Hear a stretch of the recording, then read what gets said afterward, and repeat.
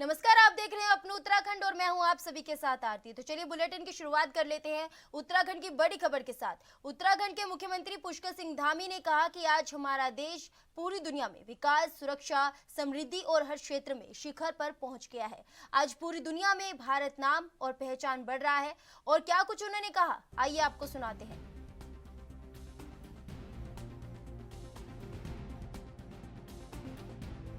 आज इन देशों को जो नाम से वो पचिल पचिल का जाम रही और हमारे देश का नाम आज एक नंबर में होंगे। केला मोदी जी आज पूरी दुनिया में हमारे देश को इतने हरी है हर क्षेत्र में एक दगाड़ा ही आज भारत दुनिया में एक जो हमारी पहचान से कि ये देश गंगा का देश, यमुना का देश, ये हमारा चार धामों का देश, ये हमारा आदि कैलाश का देश, ये हमारा जागेश्वर धाम का देश, ये हमारा भोपरा माँ का देश, ये हमारा काली माँ का देश, ये कोकिला माँ का देश, ये हमारा रामगंगा का देश। इधर देखो उधर देखो जहां देखो ये वनों से आच्छादित, यानी कि चारों ओर कहाँ जंगल छन, कहाँ वन छन, कहाँ नहर छन, कहाँ ठुल ठुल नदी छन। ये नामल पूरी दुनिया में जो हमारा देशों एक पहचान से वो पहचान आज एक सेंटर के रूप में, यानी कि एक केंद्र अगर कोई देश बनो मरी वो देशों के नाम से भारत देश और बनाना काम कर रहे हैं हमारे मोदी जी। तो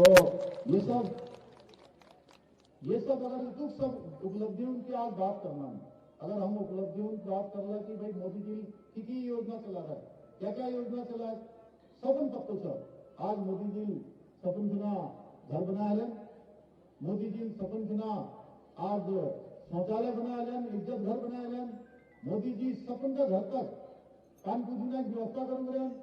मोदी जी कोरोना जब बीमारी आए, जब लोग बिल्कुल भूखा प्यासा दवाई न मिले मेरे हर एक व्यक्ति हर एक आदमी में नाम सा फूल सा अमीर सा गरीब सा के भेद में हर एक व्यक्ति को उन्हें कोरोना वैक्सीन बनाया कोरोना वैक्सीन और सबन बिना पैसा कैसा दे 1 रुपया के लिए कोई शुल्क न लिए गए, कैसा दे कोई फीस न ली गई और सबन जो है कोरोना वैक्सीन लगाए। यो काम मोदी जी ने करी और मोदी जी के नेतृत्व में आज प्रधानमंत्री आवास बन गया। किसानों के ना अल्लाह हमारा अजय कंटा जी ने बताया कि 6,000 रुपए हर साल उनके खाता में सीधे उन्होंने डीबीटी के माध्यम में, बीच में कोई बिचौलिया न दे, बीच में कोई उन्होंने काटन वाले न दे, एक साथ 5 लाख रुपए तक आयुष्मान योजना चलाया, आयुष्मान भारत योजना। और वो योजना में अगर एक साल में एक परिवार में 5 लोग हो चाहे 10 लोग हो जतुगले हो सब उनके 5-5 लाख रुपए इलाज अगर गारंटी पहले दे रहा है तो हमारा प्रधानमंत्री मोदी जी दे रहा है। लोकसभा चुनाव की तैयारियों के बीच कांग्रेस पार्टी में आपसी द्वंद्व के संकेत नजर आ रहे हैं। कांग्रेस पार्टी की तरफ से लोकसभा चुनाव के लिए मीडिया कोऑर्डिनेटरों की सूची तैयार की गई है, जिसमें कांग्रेस के पूर्व नेताओं के नाम भी शामिल हैं। लेकिन कांग्रेस के प्रदेश प्रवक्ता डॉक्टर प्रतिमा सिंह का नाम शामिल न होने पर उन्होंने सोशल मीडिया में पोस्ट डालकर नाराजगी जताई है। डॉक्टर प्रतिमा सिंह का कहना है कि जो लोग कांग्रेस पार्टी में सिर्फ अपने मतलब से जुड़े थे उनका नाम मीडिया कोऑर्डिनेटर की सूची में है, लेकिन हम जैसे कार्यकर्ताओं का नाम शामिल नहीं है।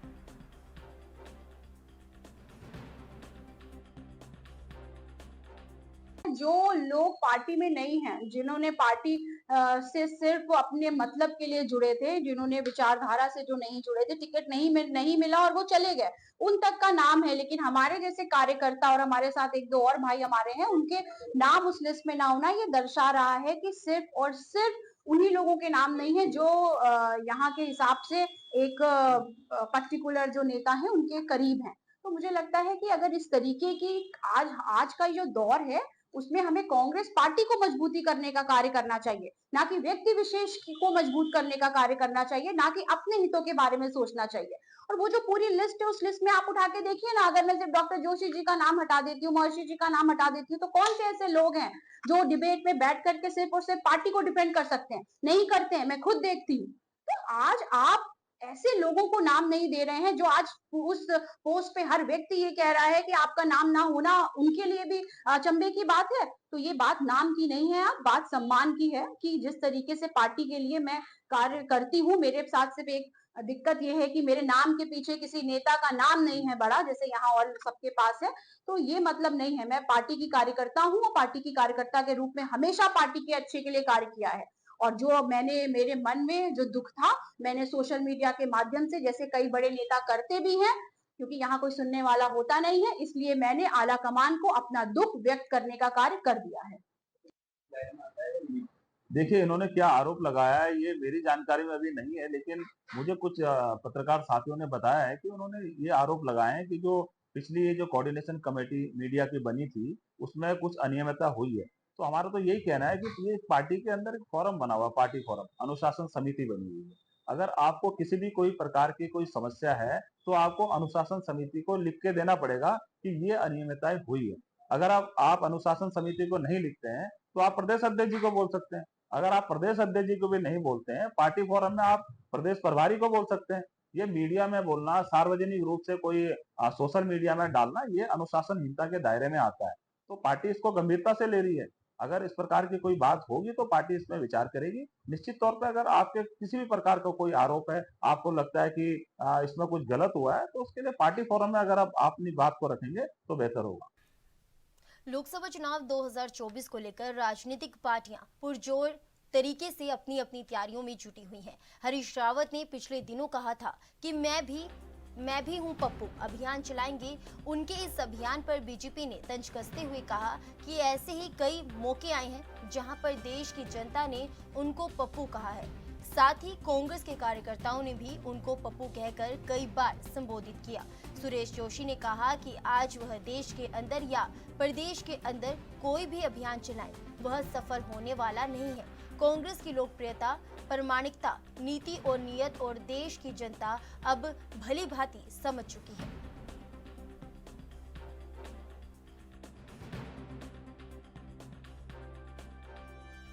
उनके बेटे चुनाव भी लड़ रहे हैं। हरीश रावत ने कहा है कि पप्पू गप्पू को लेकर काफ़ी विवाद हो रहा है। उन्होंने कहा है कि अगर संभावना पड़ी तो आगामी दिनों में मैं भी पप्पू अभियान कांग्रेस पार्टी की तरफ से चलाया जाएगा। किस तरीके से ऐसा आप देखते हैं? देखिए, ऐसा है कि जब देश की जनता ने उनके नेता को और उनके कार्यकर्ताओं ने भी कई बार ऐसे अवसर आए हैं कि जब उनके नेता के बारे में इस तरह के शब्दों का प्रयोग किया है, लेकिन हम तो नहीं करना चाहते। आज वो कोई भी अभियान चलाएं, देश के अंदर उनका कोई भी अभियान चलाए, वो सफल होने वाला नहीं है। इसलिए सफल होने वाला नहीं है कि भाई कांग्रेस की जो लोकप्रियता है, जो कांग्रेस की प्रामाणिकता है और कांग्रेस की जो नीति और नियत है, उसको देश की जनता समझ चुकी है, बहुत भली भांति समझ चुके हैं। इसलिए लोगों ने मन बना लिया है कि इस बार का जो चुनाव है वो सिर्फ और सिर्फ मोदी का चुनाव है, मोदी की गारंटी का चुनाव है, मोदी के कामों का चुनाव है और उनकी नीति, उनकी नियत, उनके आइडियोलॉजी का चुनाव है। इसलिए एक तरह से मैं कह सकता हूँ इस चुनाव में कम से कम देश का जो मतदाता है वो कांग्रेस को एक तरह से भूल चुका है।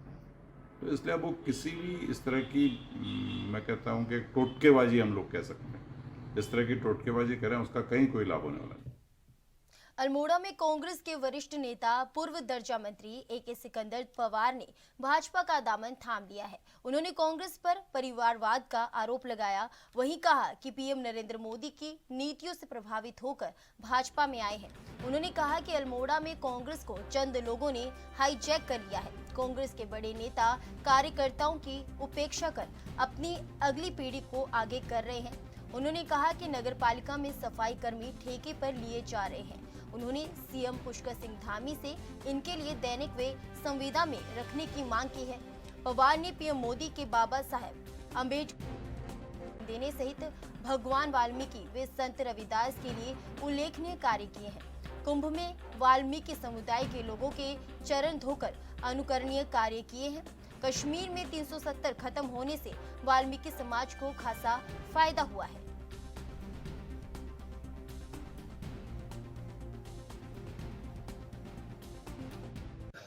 जो मैंने छोड़ी है परिवारवाद के कारण हमने कांग्रेस छोड़ी है। यहाँ पे अल्मोड़ा की कांग्रेस तो बिल्कुल हाईजैक कर ली है कम से कम 6-7 लोगों की मोनोपोली चल रही है यहाँ पे।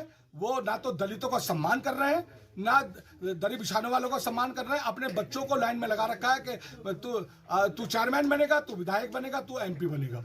ये इसलिए मैंने जो है स्वेच्छा से अपनी और अपने समाज के कहने से मैंने ये जो है बीजेपी को ज्वाइन किया है। और बीजेपी को ज्वाइन किया है तो निस्वार्थ और बिल्कुल अपने तन मन धन से मैं जो हमारे कैंडिडेट 5 के 5 कैंडिडेट लड़ रहे हैं पूरे प्रदेश में, मैं जाके वहां पे प्रचार प्रसार करूंगा और फुल बहुमत से जिताने की कोशिश करूंगा और 400 के पार लेके जाएंगे हम लोग जितने भी हैं।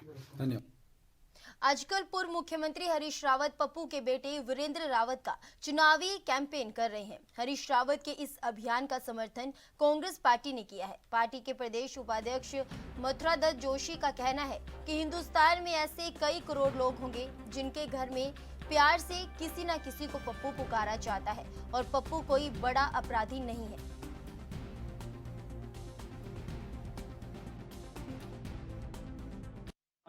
मतलब उनको एक तरह से मतलब कि अपमानित करेगा, कुठारा, उनकी भावना में कुठाराघात कर देता। जोशी जी जो भाजपा कह रही है कि अब कांग्रेस पार्टी पप्पू अभियान चलाएगी और ये पप्पुओं को उन्होंने कहा है कि ये किस तरह का अभियान है, वो कौन पप्पू? देखिए देश में हजारों नहीं करोड़ों की संख्या में हर माँ बाप चाहता है, प्यार से अपने बेटे का नाम पप्पू करके पुकारता है और पुकार रहा है। करोड़ों पप्पू नाम के व्यक्ति इस देश में होंगे, कम नहीं होंगे। और पप्पू कहीं कोई बड़ा अपराधी नहीं है, माफिया सरगना नहीं है। पप्पू कहीं दिवालिया नहीं हुआ है, कभी भी कोई घोषित नहीं है। और पप्पू कोई ऐसा संवैधानिक पद पर बैठा हुआ व्यक्ति भी नहीं है जिसने कभी कोई अवहेलना की हो। लेकिन पता नहीं भारतीय जनता पार्टी को पप्पू नाम से क्यों चिढ़ है, किस लिए है। भाजपा का हर छोटा बड़ा नेता पप्पू नाम से बड़ा डरता है, भयभीत है। अब क्यों भयभीत है ये मैं नहीं कह सकता हूँ। और एक बात, दूसरी बात, पप्पू नाम की आलोचना करके या पप्पू उपनाम है जो उपनाम हम कहते हैं उसकी आलोचना करके भारतीय जनता पार्टी ने करोड़ों माता और बहनों की जो प्यार से अपने बच्चों का नाम पप्पू रखते हैं उनकी भावनाओं पर कुठाराघात करने का काम किया है। लोकसभा चुनाव को लेकर कांग्रेस ने विकास का 2 हिसाब अभियान शुरू किया है। इस अभियान के तहत कांग्रेस गांव-गांव जाकर मोदी सरकार के 10 साल के विकास का हिसाब मांगेगी। अभियान को लेकर प्रदेश कांग्रेस कमेटी ने सभी 70 विधानसभा क्षेत्रों के प्रभारियों को भी दिशा निर्देश जारी किए हैं। प्रदेश संगठन उपाध्यक्ष मथुरा दत्त जोशी ने बताया कि कांग्रेस ने लोकसभा चुनाव के लिए मेरे विकास का 2 हिसाब अभियान शुरू कर केंद्र व प्रदेश में भाजपा सरकार से विकास का हिसाब मांगा है। भाजपा चुनाव में विकास के मुद्दों से जनता का ध्यान भटकाने का प्रयास कर रही है।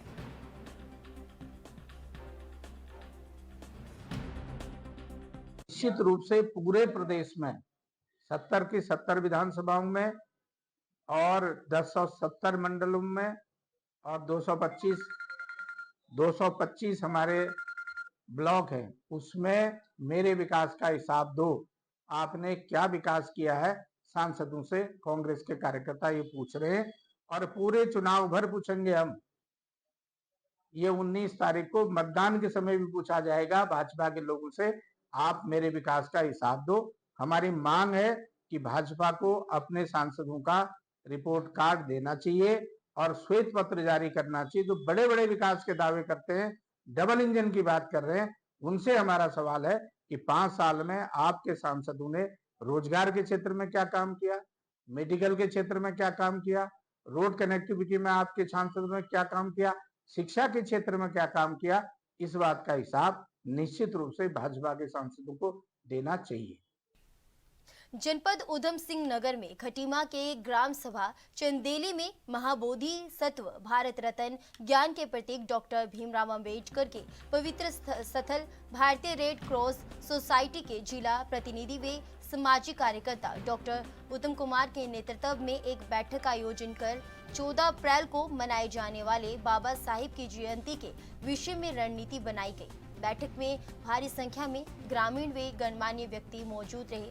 बैठक में तय किया गया कि 19 अप्रैल को होने वाले लोकसभा चुनाव के मद्देनजर प्रभावी आचार संहिता के चलते बाबा साहिब की जयंती को व्यापक रूप से नगर भ्रमण व शोभा यात्रा के साथ नहीं मनाया जा सकता है।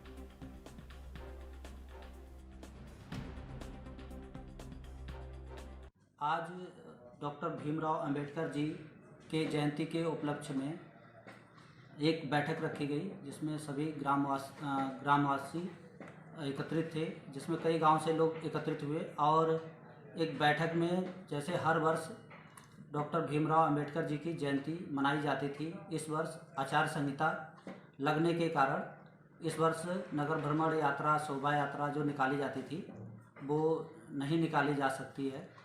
इसलिए हम सब मिलकर एक संदेश देना चाह रहे थे कि सभी प्रदेशवासी एवं देशवासी अपने घरों में 14 दीप प्रज्वलित करके बाबा साहब की जयंती धूम। फिलहाल रुकेंगे छोटे से ब्रेक के लिए, आप देखते रहिए अपने उत्तराखंड।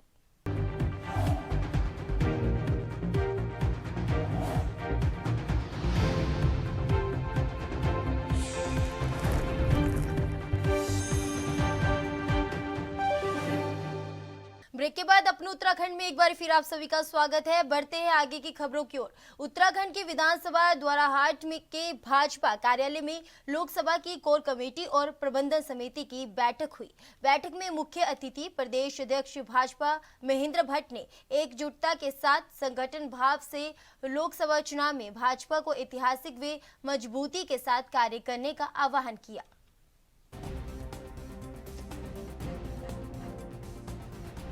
संपर्क अभियान चल रहा है और मैंने विधानसभा जो विधानसभा जीत नहीं पाए थे वहाँ पर बूथ प्रधान की दृष्टि से हमारी बैठकें चल रही हैं। 1 से 5 तक प्रत्येक बूथ की बैठक होगी, पथ सभाएं होंगी और हमारा युवा मोर्चा हर गांव में नुक्कड़ सभाएं करेगा। मोदी जी का संदेश हम प्रत्येक घर तक पहुँचाएं, हर व्यक्ति तक पहुँचाएं, इस दृष्टिकोण से हमारी बैठक है। और मैं कह सकता हूँ बड़ी संख्या में हमने तय किया है इस बार हर बूथ को हमको जीतना है, एक बूथ को जीतना है और 85% टोटल पोलिंग का 85% वोट ये भाजपा को मिले, इसकी रणनीति के साथ हम सब कार्यकर्ताओं के साथ। नारा है अब की बार 400 पार, उस पर क्या कहना चाहेंगे और क्या फिजा आप देख रहे हैं? देखिए इस बार का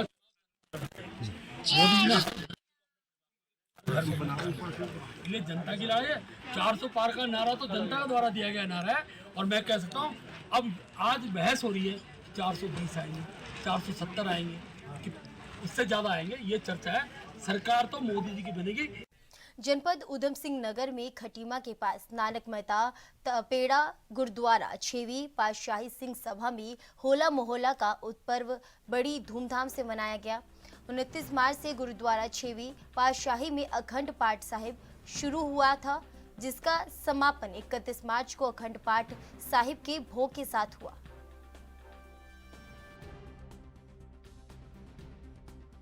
वाहिगुरु जी का खालसा, वाहिगुरु जी की फतेह। हर साल की तरह इस साल भी होला महला पूर्व गुरुद्वारा 6वीं पातशाही तपेड़ा सिंह सभा वालों मनाया गया है, जिस विच हुम हमा के संगतां गुरुद्वारा 6वीं पातशाही तपेड़ा विखे पहुंचिया हैं। संगतां दा उत्साह देखदे होया बनदा है। सारिया संगतां दा बहुत बहुत धन्यवाद। वाहिगुरु जी का खालसा, वाहिगुरु जी की फतेह। पौड़ी जिले का बस अड्डा नशेड़ियों का अड्डा बन गया है। बस अड्डे के प्रतिशाले में शराब की बोतलों का अंबार लग गया है, जहां पर रात को शराबी अपना मुँह खाना बना दिया है।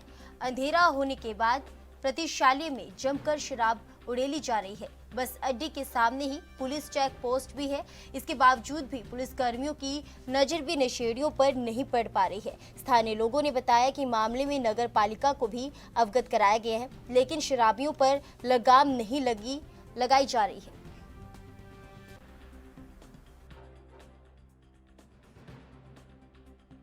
मैं अभी इधर से गुजर रहा था तो मेरी नज़र इस पे पड़ी और जिस प्रकार से यहाँ ये बस अड्डा कम और शराब का अड्डा मुझे ज़्यादा लग रहा है और इस तरफ प्रशासन को ध्यान देना चाहिए। यहाँ कभी सफाई नहीं होती, सफाई कर्मचारी तो कोई सफाई नहीं की जा रही है। पूरा बस अड्डा ऐसा लग रहा है जैसे कि यहाँ शराबियों का पूरा अड्डा है ये, और ये यात्रियों के लिए बैठने के लिए बनाया गया है, ना कि शराब पीने के लिए। और इस स्थिति में यहाँ पे कैसे कोई यात्री अपना मतलब बैठ सकता है? जो यात्री है वो छत में धूप में खड़ा रहने को मजबूर हो।